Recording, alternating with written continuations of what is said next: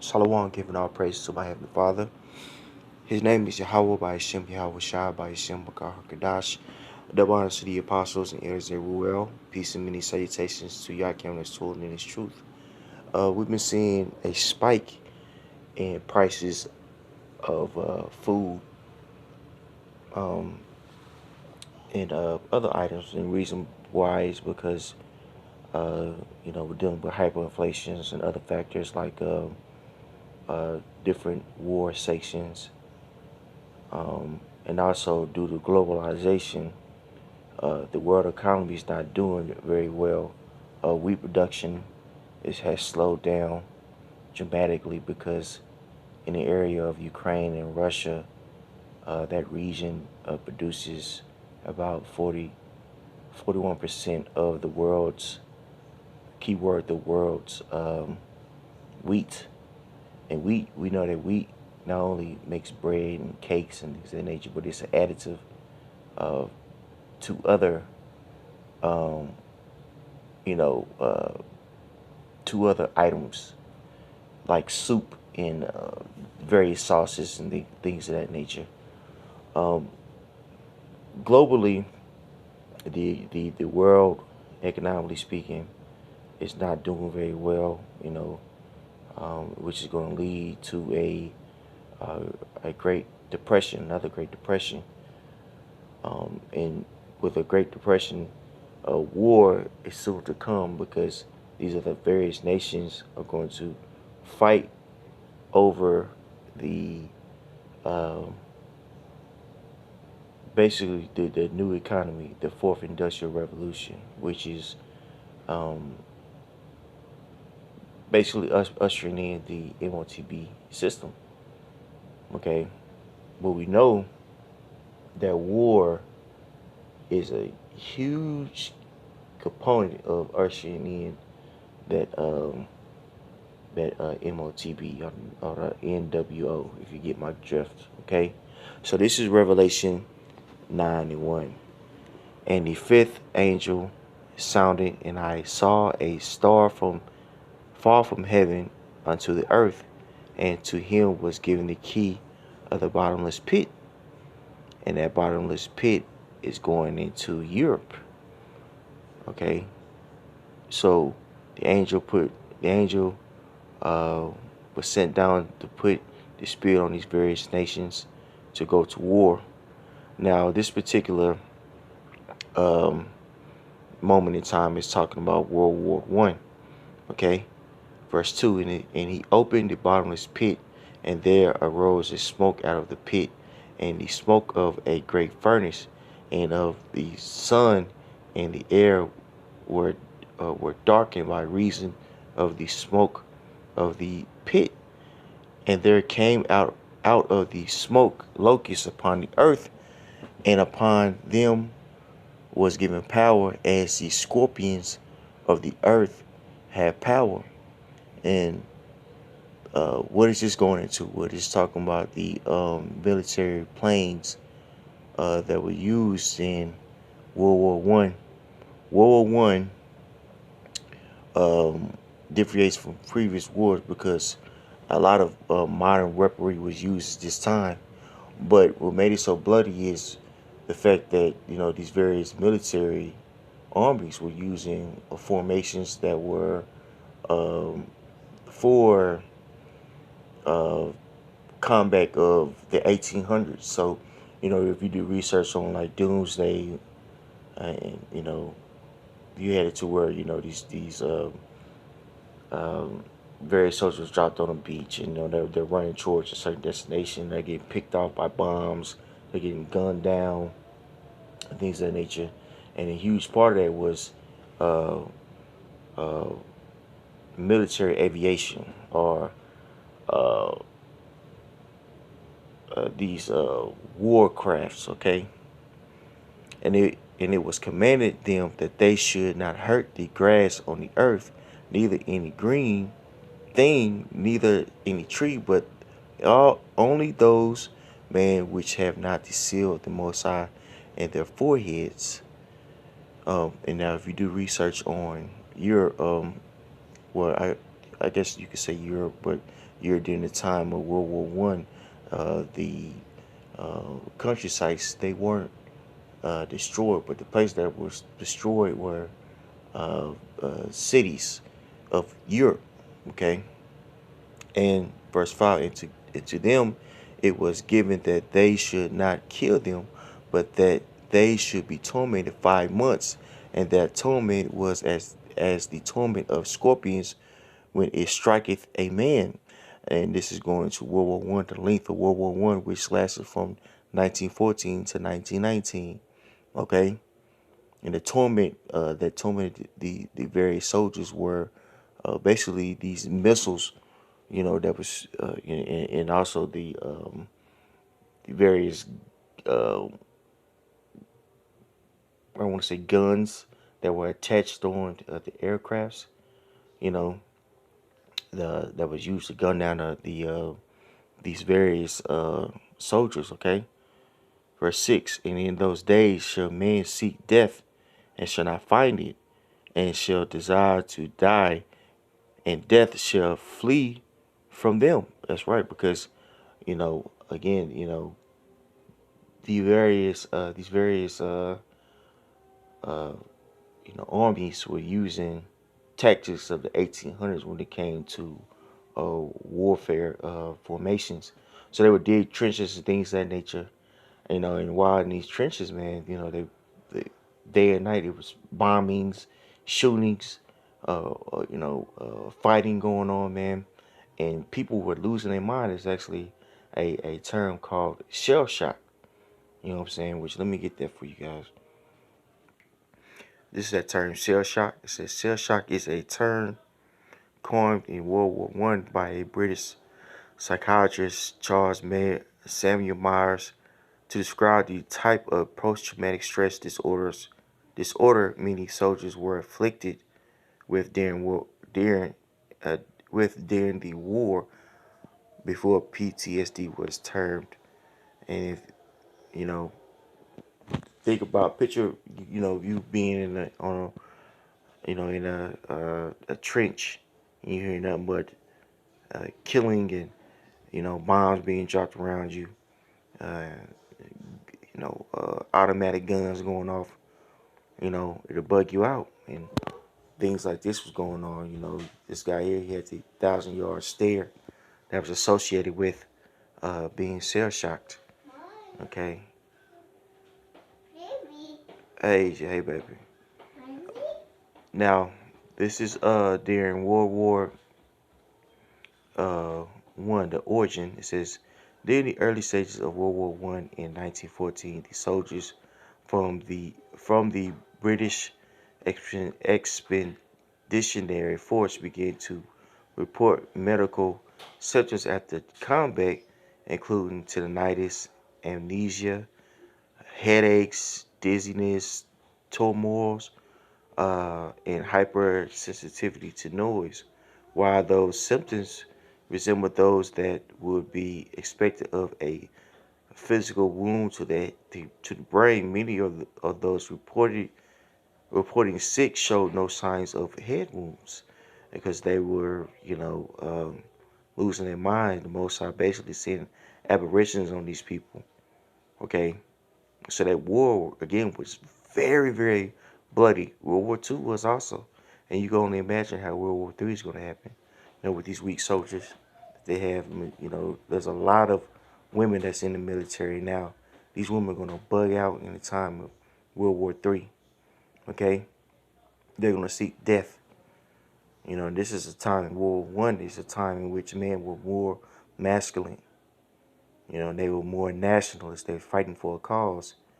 Versus now, people in the military are fighting for their own, not hidden, but their own agenda of, paying off school, or paying off debt or and other things like that. There's no sense of fighting for your country.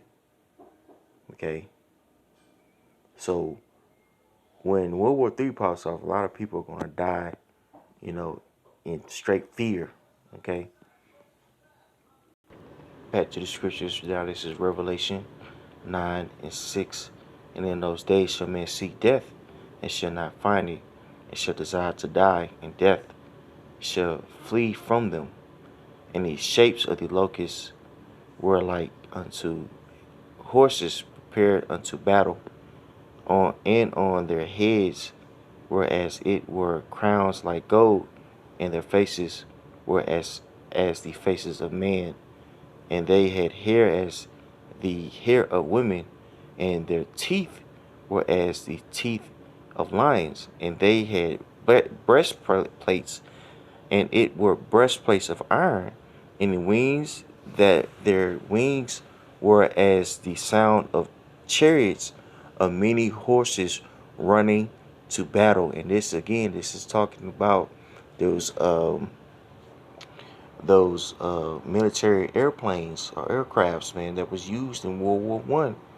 Okay, which was just this was a very uh, new form of weaponry, you know, that again caused a lot of death.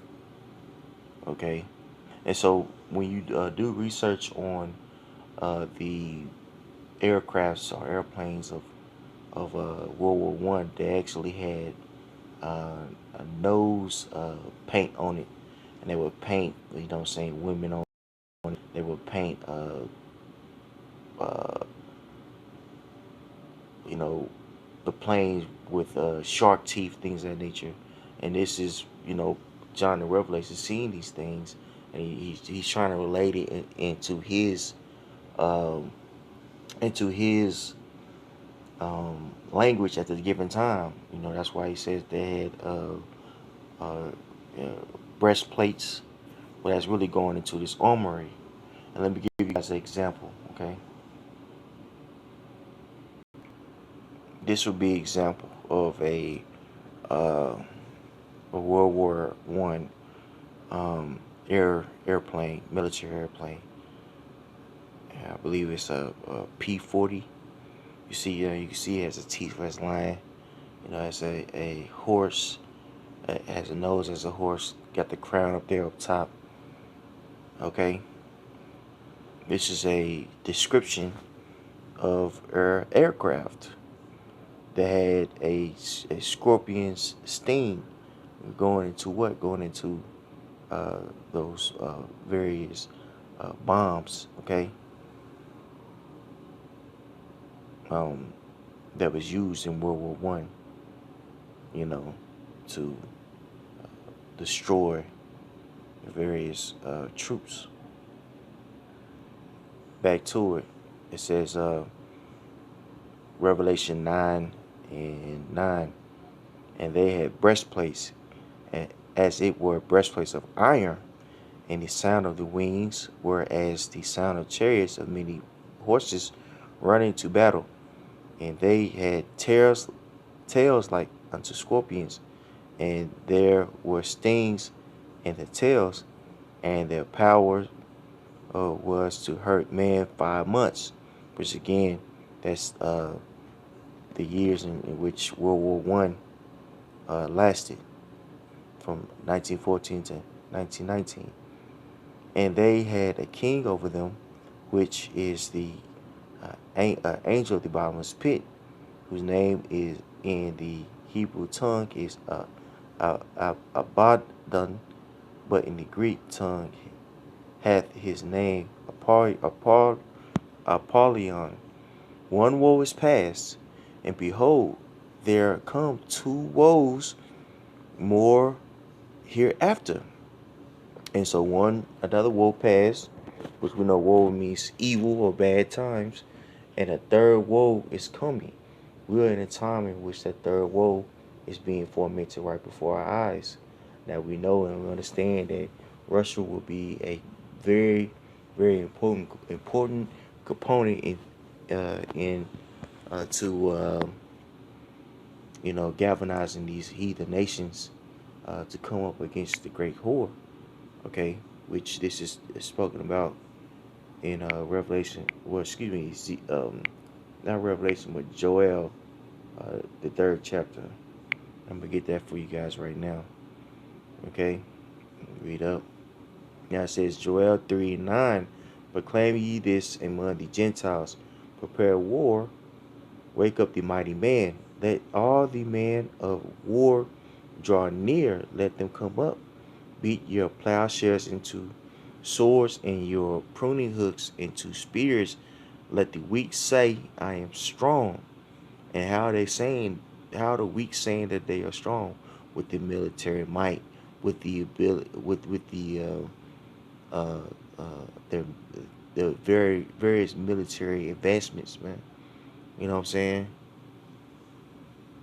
This is how they're gonna, how the weak are gonna say I'm strong. You know, they're gonna have nuclear capability, and it's gonna be used here against Babylon the Great. Okay. Now this is Joel 3:11. Assemble yourselves and come, all ye heathen, and gather yourselves together round about. The cause thy mighty ones to come down, O Yahweh. Let the heathen be awakened and come up to the valley of Yahweh Shaphat, or Jehoshaphat, right? The valley of judgment, place of judgment. This is where the World War III is going to be fought, okay? And we see that those scorpion tails, you know, alluding to Revelation 9th chapter, they're being furbished. Now here recently, Russia was testing new missile missile technology. Let me grab it for you guys. Now this is according to U.S. News. It says Russia tests nuclear capable missile that Putin calls world's best. In a show of strength 2 months into its assault on Ukraine, Russia tests launched a new nuclear-capable intercontinental ballistic missile, which President Vladimir Putin said on Wednesday would make Moscow's enemies stop and think. So here you are in the midst of uh, the altercation in Ukraine. You know, Russia is getting ready. I believe in February they had some military games also uh, getting ready for the situation in Ukraine, if I'm not mistaken. Okay, so not only is Russia getting ready for a bigger war, these other nations are too. That's why uh, India's rhetoric is becoming more anti-West. You know, that's why these little countries are speaking up against Russia. Why is that? But well, uh, the Most High is put the spirit on these various countries to get ready for World War III. You know, get ready for the war that's spoken about. You know, in the Valley of Jehoshaphat. Okay, and we're seeing it being fomented right before our eyes. Back to the article. Putin was shown on TV being told by the military that the long-awaited Shermite missile has been test launched for the first time from Pelsk in North Russia and hit targets in the Kamchatka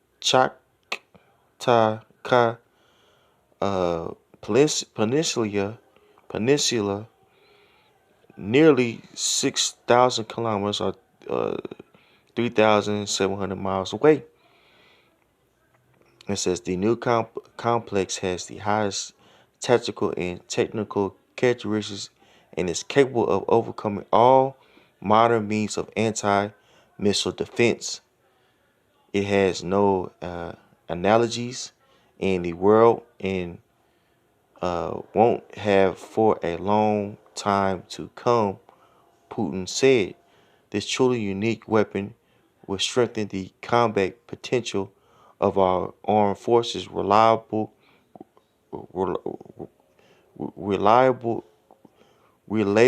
reliably ensure Russia's security from external threats, and provide food for thought for those who, in the heat of frenzies, aggressive rhetoric, try to threaten our country. So they're showing their military might to the world, right? And this is perfect because the weak are saying they are strong. And why is that? Because of military might, because of nuclear might. And we know that Babylon the Great is going to be destroyed in World War III. Okay? So all these political moves that are being made is going to lead to uh, this place being attacked. Okay? So we're seeing biblical prophecy happen right before our eyes. Okay? Let's go back to it. Now back to Joelle 3, and I start at 12. Let the heathen be awakened and come up to the valley of Jehoshaphat, for there will I sit to judge all the heathen round about. Put in the sickle, for the harvest is ripe. Come, get you down, for the press is full, the fats overflow, for the wickedness is great. Multitudes, multitudes in the valley of Jehoshaphat, for the day of Yahweh is near in the valley of decision. Okay? The sun and the moon shall be darkened, and the stars shall withdraw their shining. Yahweh also shall roar out of Zion and utter his voice from Jerusalem. And the heavens and the earth shall shake. And how's it going to shake? It's going to shake because of these various missile attacks that's going to be going on throughout the world. Okay? The Most High is going to send a sword judgment on this place. And a huge part of that judgment is the sword. Okay, and that modern sword is the gun or the missiles. Okay, but Yahweh will be the hope of his people and the strength of the children of Israel. So those that are doing the work, those that are part of the elect, we're going to be beamed up in that time. Okay, you're not going to see the wrath on earth, you know, like everyone else is. We're going to be beamed up by Yahweh, by Shem Yahushua. Okay. Now this is Revelation 18:1. And after these things I saw another angel come down from heaven, having great power, and the earth was litten within with his glory.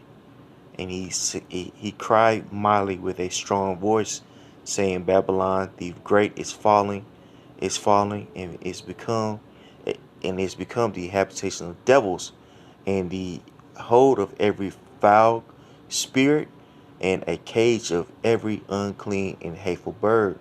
Now these are going into the various creatures that's going to be dwelling here, because America is not going to be dwelt. It's going to be totally destroyed, man.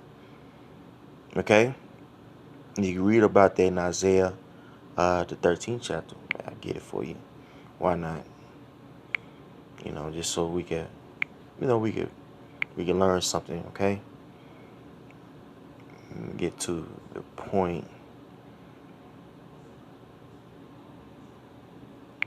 Now this is Isaiah 13:17. Behold, I will stir up the Medes against them, which shall not regard silver, and as for gold, they shall not delight in it. And now this is talking about who are the modern day Medes. The modern day Medes are the Russians. Okay? And we know this is talking about future Babylon, because if you read down, this Babylon will be destroyed, utterly destroyed. The ancient Babylon was not utterly destroyed off the face of the earth. Okay? Let's keep reading. The bows also shall dash the young man to pieces, and they shall have no pity on the fruit of the womb. They shall that their eyes shall not spare children. So judgment is coming on upon man, women, and children. You know what I'm saying? These young boys going off to these wars, they're gonna be dashed into little pieces. Meaning they're gonna be destroyed. You know.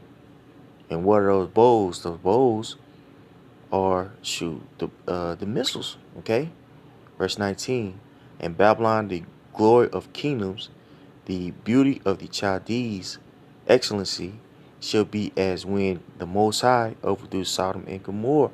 And how was Sodom and Gomorrah overthrown? It was overthrown with fire and brimstones. Now the modern day fire and brimstones that the Most High is going to utilize is or are these missiles. Ultimately, those nuclear capable uh, missiles, man, to totally wipe off the face of the earth, this place off the face of the earth. Babylon the Great is going to be totally wiped off. Verse 20, it shall never be inhabited, neither shall it be dwelt in from generation to generation. Neither shall the Arabian pinch tench there, neither shall the shepherds make their fold there, but wild beasts of the desert shall lie there, and the houses shall be full of doubtful creatures, and owls shall draw there, and satyrs shall dance there, and the wild beasts of the land shall cry, and their desolate houses, and dragons in their pleasant places, and her time is near to come, and her days shall not be prolonged. That's right. So the Most High is going to turn this place into a desert, and desert creatures are going to dwell here. It's not going to be inhabited by man anymore. But it'll be a monument to the nations of the Most High's judgment. Okay. Let's go back to Revelation. Back to Revelation 18:2. And he cried mildly with a strong voice, saying, Babylon the great is falling, and is become the habitation of the devils, and the hold of every foul spirit, and the cage of every unclean and hateful bird.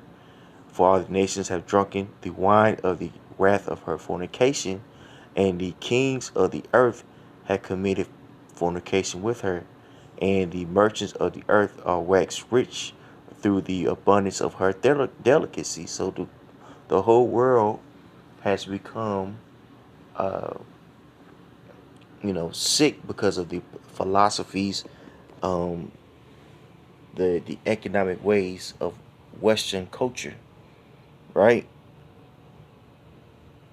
And so because of that, these various nations are mad. They're mad because they drunk off the wine, which is a philosophy of America, and has put them in captivity. Okay, so these various nations are going to rise up against Babylon the Great. All right. Now this is Revelations 4 and Revelation 18:4. And I heard another voice from heaven saying, Come out of her, my people, that ye be not partakers of her sins, and that ye receive not her plagues. This is talking about us being caught up, being saved out of this place. For her sins have reached unto heaven, and the Most High hath remembered her iniquities. Reward her even as she rewarded you, and double her unto her,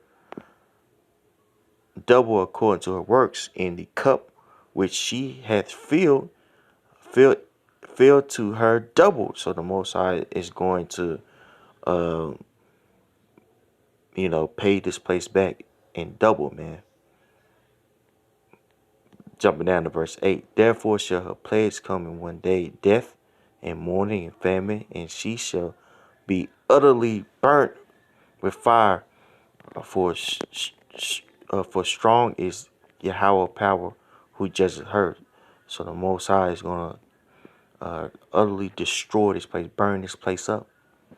Okay, with those missiles that we read about